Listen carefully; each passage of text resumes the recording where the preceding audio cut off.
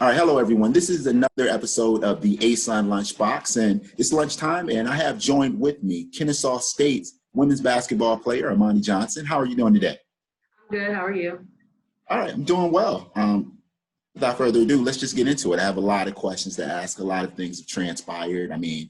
First, I wanted to ask you just picking up from last year, just how has everything been different going into your sophomore year, going into your junior year? Because I know we didn't have the pandemic concerns going into last year. So how has everything changed? Is there a different aura looming around the university? Just let me know. So obviously last year, coming as a sophomore, I was here at Kennesaw working out every day, weight training, conditioning, practice under the 8-hour constraints, whatever. But this year, obviously, we got kicked out of school in March, really short notice, had to leave.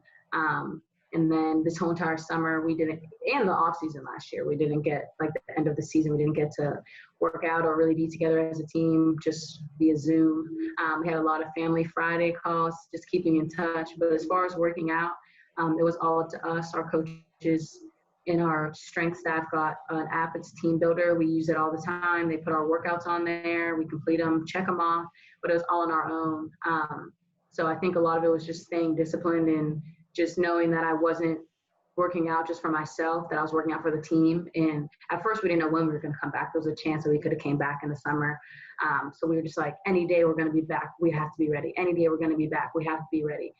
So I think that was kind of the mindset that our team had. And then we found out that we weren't coming back until the fall.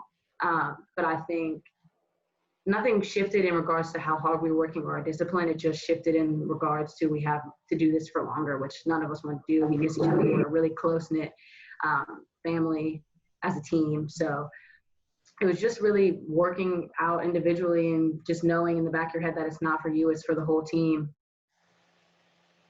Okay. Well, I wanted to ask you just how did you stay ready since Coach Berenato wanted you guys to stay ready?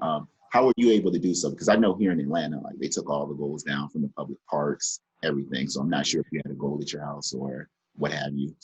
Yes, I have a goal at my house. It's funny because everyone in Atlanta says goal, but in Pittsburgh, we say hoop. We never say goal. So I say both now because I've been here for so long. But yeah, I have a hoop in my backyard. It was kind of slanted, and we've had it for a long time. And we haven't used it much in recent years. Yeah. So my neighbor actually had a newer one. So we asked him hey, no one at your house really uses it. Can we have it? So we just rolled it over to our backyard. So shout out to him. Thank you, neighbor, for letting us use that hoop. But yeah, a lot of it. I also have a younger sister. So me and her worked out, shot a lot, got shots up, played some one-on-one. She never beats me ever. So if she ever tells you that she did ever in an interview sometime in her life, it's a lie. But yeah, so it was just a lot of individual stuff, working on the hoop in my yard. Some of the neighborhood hoops were open, but it was very limited. They never took the goals, the rims off of our hoops, but it definitely was a lot of backyard work with my sister and my dad. Okay. Well, I wanted to ask you where things left off. And again, I just wanted to apologize because I was just coming into just watching you play, because I try to watch a couple of Kennesaw State games when I can. And I was just talking with just some of my friends. I was look, if she gets that jump shot down, she's going to be all right. And then just see you go off for 45 points and during the ASUN championships, I was whoa, I was impressed. I believe you went 4 from 6 from the 3-point line, dropping 45 and 9 assists. I was impressive. So just tell me, what have you been working on just throughout the course of the season, just to get that jump shot perfected and just being able to keep that much, because I seen 9 assists and just the amount of minutes that you were logging during the course of the season. Yeah, so last year was definitely getting together my pull-up jump shot, just getting it to be solid, my go-to was definitely something that we worked on a lot. And based on people's class schedules last year, we had days of practice that were team practice, and then we had one day a week that was just individuals.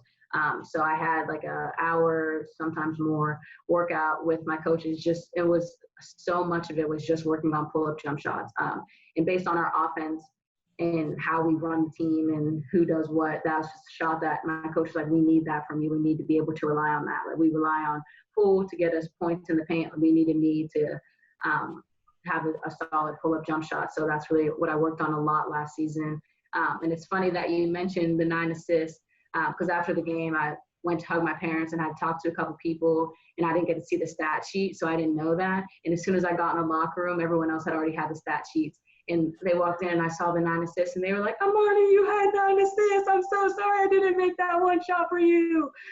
So it was really funny that my team, they were like, I'm so sorry, next time I'm going to make every shot that you give me the ball, because I could have had a double-double, but it was awesome. Just hearing that from my team, that they were so happy for me to have scored that many points, but they were also like, we're going to get you that next time. And I was like, you know, you never know what's going to happen. So it was just awesome to have that support from them. And they even realized, like, oh, it could have been me. It was me. Blah, blah, blah. So it was fun. All right. Well, I wanted to ask you just, again, just building off of that, what were some things on your game that you wanted to work on and just improve on? Coming into this year, I want to improve on my 3-point shot a lot, just to get it more consistent. Our coaches are really big on percentages, and we study stats the whole entire year. We have to know them basically after every game, what we did, what the other team did, and then for even the next team that we're going to play, how they shoot and so on.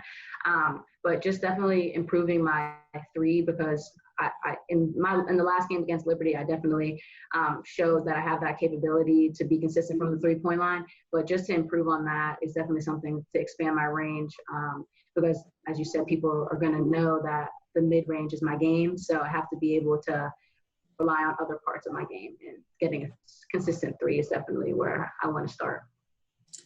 Yeah, I agree, because Alexis Poole on the block is a monster. So I know she's going to command a lot of double teams. So it might leave you open for some open 3s. So yeah, definitely let her handle that area. Stay out of the paint. She got it. There you go. All right, and I wanted to ask you, because I know just as a point guard, you know, you're required to lead in certain aspects. So I wanted to ask you, just stepping up this year, SAC president, what made you want to take on the role, and how do you want it to grow you as an individual just moving forward? So I've always been involved in things. Like in high school, I was in National Honor Society, Spanish Club, all that stuff.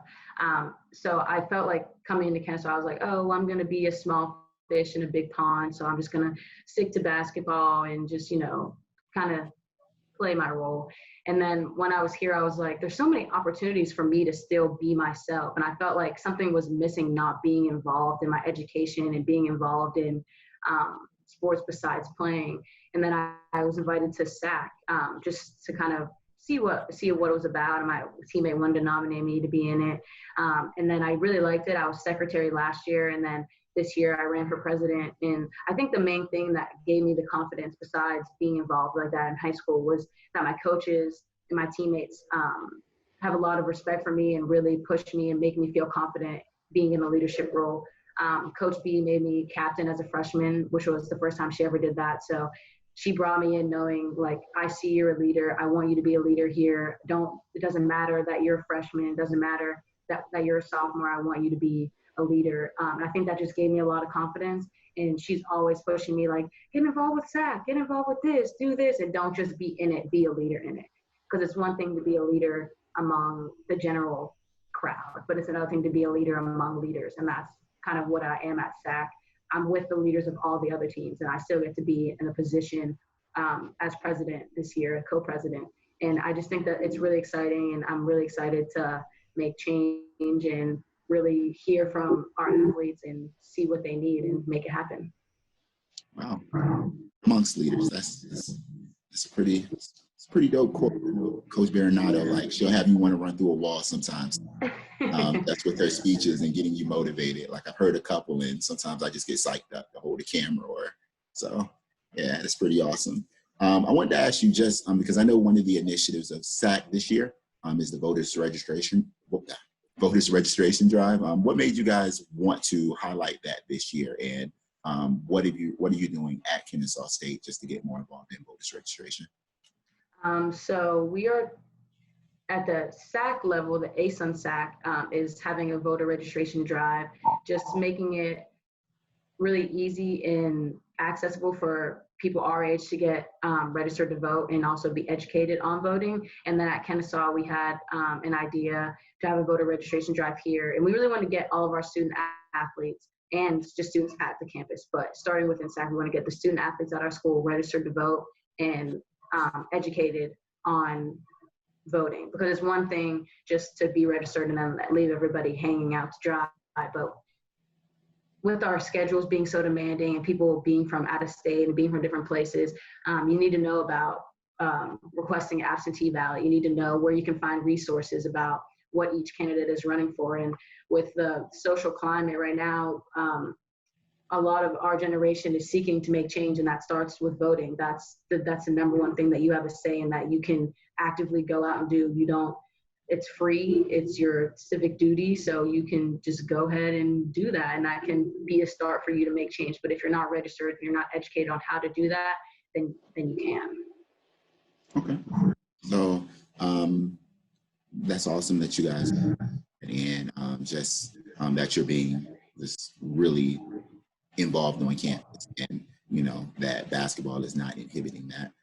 One thing I want to ask you, just because I checked out your WTA interview that you did recently in Pittsburgh, correct? Yes. Okay, cool. In Pittsburgh. And I wanted to ask you, just because the topic was just being, you know, an African-American student athlete or a Black student athlete, just tell me, what does it feel or to you as being a Black student athlete in this particular or this racial climate? So just let me know, like, how do you feel about it, or your take? So I think my opinion and the opinion of a lot of my fellow student athletes is that as Black athletes, we're not necessarily respected or loved for who we are. It's more what we do. Oh, she's a great basketball player. Oh, he's a great football player. Oh, he's a great track runner. Oh, she's a great long jumper. But then do you feel the same way about us off the court or off the field? So I think that was a big thing for us. And we made that whole Black Lives Matter video, which was a statement from the student athletes here. And we just really wanted to come together and show that we have each other's backs.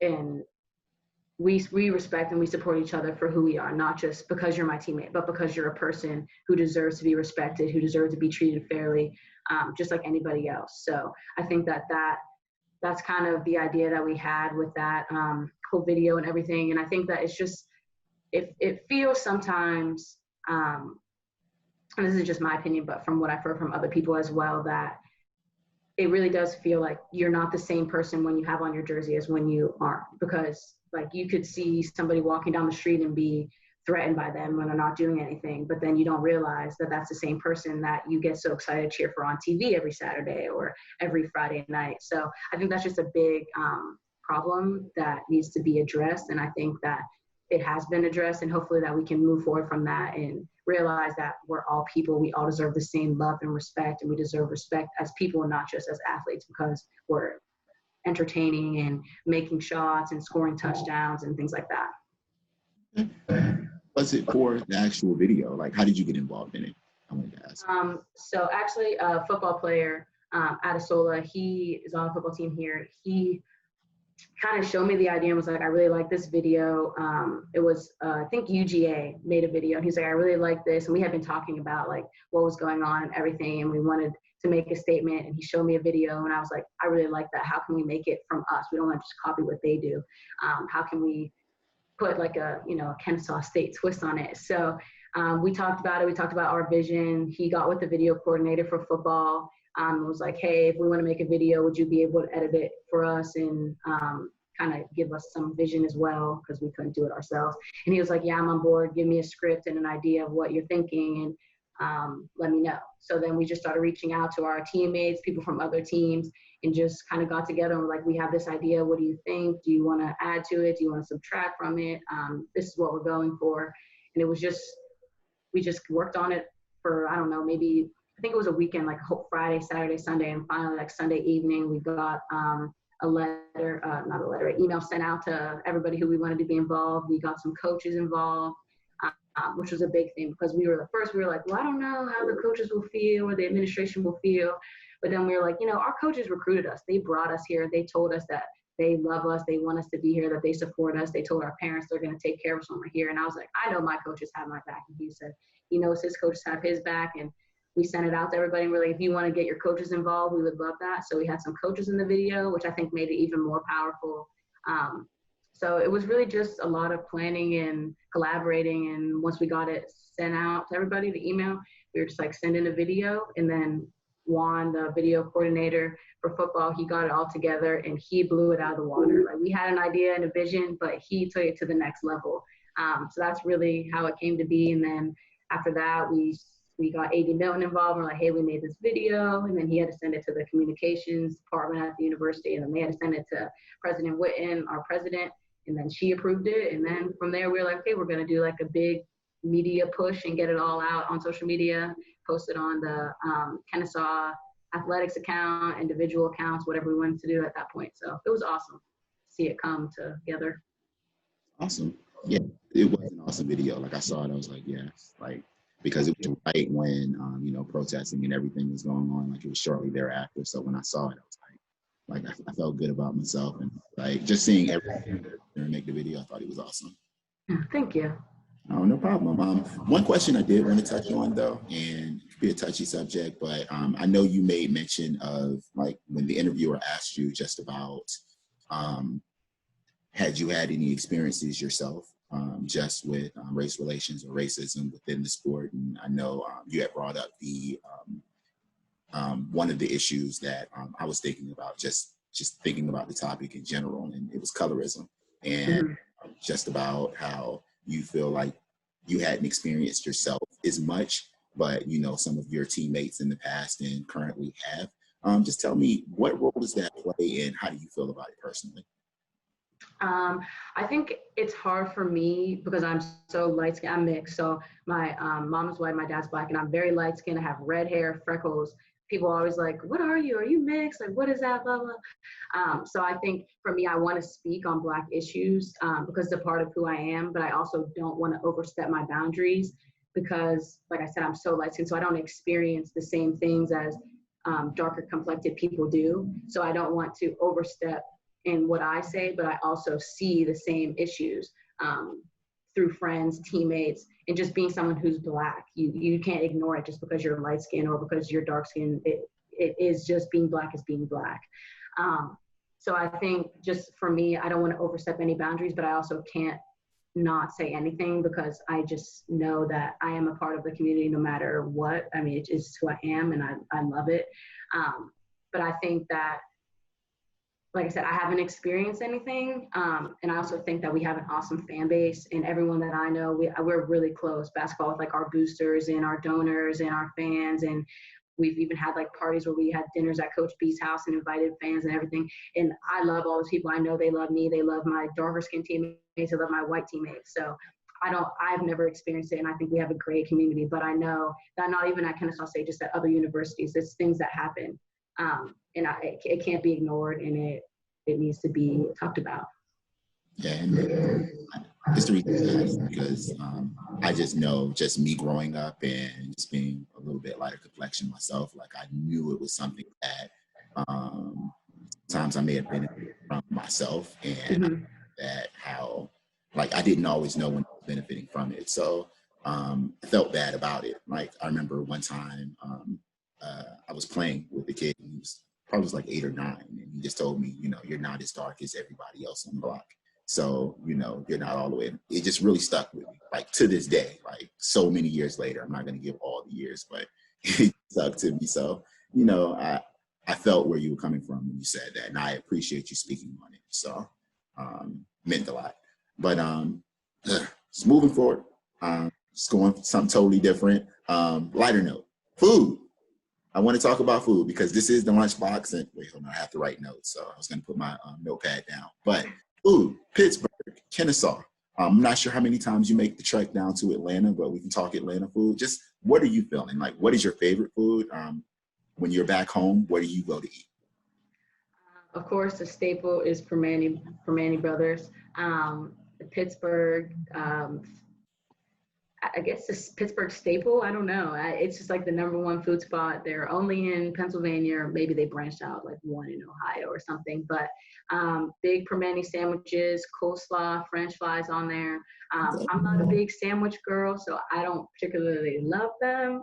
But I know I have 3 other teammates from Pittsburgh, and Jillian loves permanes. Goes there. She says she goes there like 3 times a week when she goes home, because we're only home for such short periods of time. But another thing that we all like is pierogies. I don't know if you guys are familiar with pierogies, or if you're familiar with pierogies, but it's like a noodle kind of, I don't even know what's inside. I think it's like mashed potatoes inside kind of. It sounds weird, but Google it. They are so good. And you just buy them like in the freezer aisle. I mean, I'm sure you can make them fresh, but I don't do that. You buy them in the freezer aisle, you leave them in the freezer, you take them out, you boil them or saute them in a pan. I do both. Put some, cut up some onions, put it with there, some seasoned salt, some garlic salt, and it is so good. And they do not have them here anywhere. So I'm like, I don't know I know it's a Pittsburgh thing, because I think Pittsburgh has like Polish roots, maybe like a lot of Polishness there. I don't know. But I think that's where the pierogies come from, but they do not have them here in the freezer aisle, Walmart, anywhere. We have looked. So I'm like, Jillian was like, and Gabby and Bree were like, can we get our parents to mail us some pierogies and then just freeze them when they get here? So that's definitely something that we miss, especially because it's such an easy meal. And as a college student, you're always looking for something quick that you can just, boil for 10 minutes and saute it for 3 minutes and then eat it. So that's definitely something that we miss. Gotcha. Pierogies with seasoning salt and a little bit of garlic salt. So got it. So it's something I'm definitely going to check out. Might have to get it shipped in or something like that, but I'll definitely check it out. Also, just here, when you're in Kennesaw, Atlanta, just where do you go to eat? Like, maybe some new food that's been introduced to you since coming down here? I don't know anything new that's been necessarily introduced, because I'm very broad. I have a very broad palate when it comes to food. I like a lot of food. But a place near campus that I go a lot, I love pizza. So there's a Mellow Mushroom really close. Like I could walk there. I don't, but I could. I go there kind of often. I don't know. I don't like explore that much. I don't have a car, so unless my teammates are like, "Oh, we want to go down to Atlanta or do something," I don't feel like I'm the right person to ask about Atlanta food. One time when I was here for AAU, though, I went to a soul food restaurant. I think Mary Mac's or Miss Mary Mac's. It was in Atlanta, and it was really good. I love soul food, cornbread, greens. It was really good. So I've been wanting to make the trip back there, but I haven't yet.